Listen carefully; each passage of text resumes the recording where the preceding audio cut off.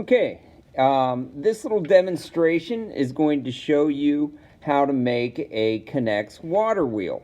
Okay, you can modify the design if you don't have enough of these pieces or any of the other pieces. You can, of course, modify this. This is just to give you a general idea of the parts you'll need.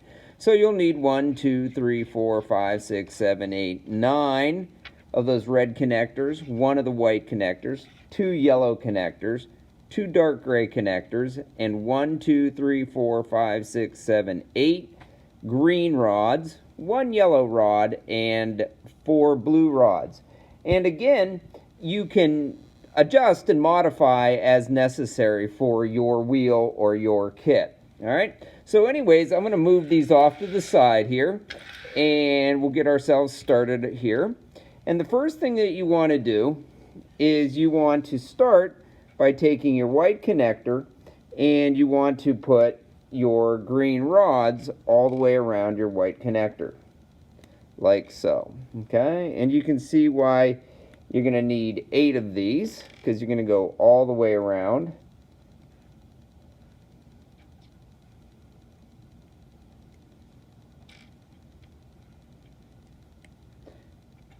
Just like so. And this forms the main hub of your water wheel. Okay, now you need to put the paddles on your water wheel. Okay, we're going to use red connectors as the main paddle on the paddle wheel. You could certainly use yellows if you wanted. They'll work also, or anything that you have that will actually go on here.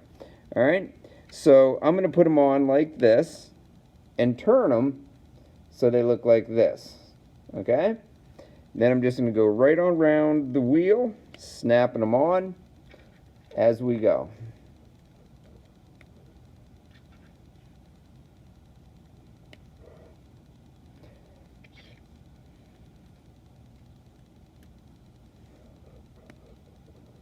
Okay, and you can see how it's starting to form an actual water wheel.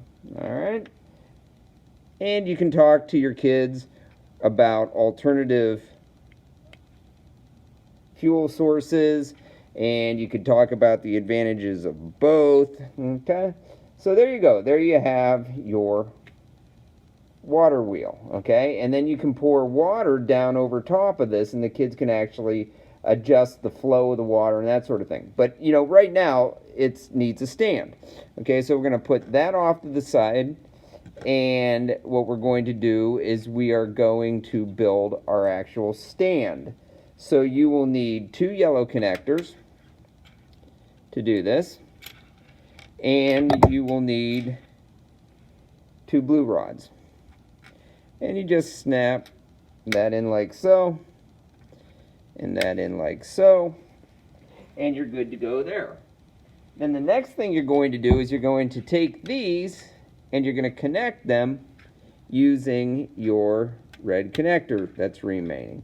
Okay, now that's going to form a 90-degree angle, but you turn these so that it can sit like that.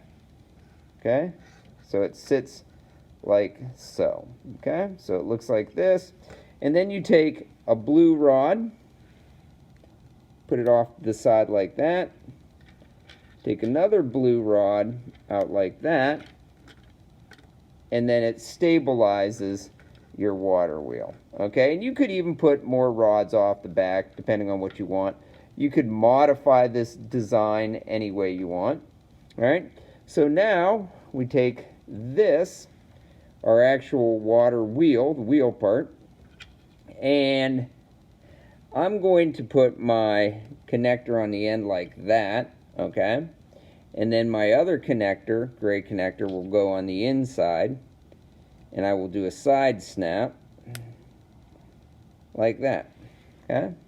Now, kind of neat, if you want the kids to explore a little bit, and you want, if a water wheel is not what you're interested in, this is kind of a neat thing here, is you can actually turn that into a top, and you can have them studying a little bit of physics. And it's neat because instead of turning the axle, you actually rotate that part, and you show them how it balances. So that's kind of a neat side project, but we're doing our water wheel right now. So I'm going to take everything, tighten it up, make sure everything is nice and straight. Looks good. Okay. And then we take our stand, and you slide this in like so. And there you go. You got yourself a water wheel. And then what you can do is you can have your kids pour water over it, and it'll turn, and they can adjust the flow of the water. So all you really need is a cup of water now to show them how water can be used as an energy source to cause something to spin or turn. Okay? Now, this is built, whoops, so you can see that is a problem. This is built with a minimum number of pieces. Now, when it tipped over like that, you can either tell the kids that you can modify the design, or you can have them set it up like that. Okay? And then have them practicing it. Okay? And it's kind of a neat design because it does let you actually pour water over it. Alright?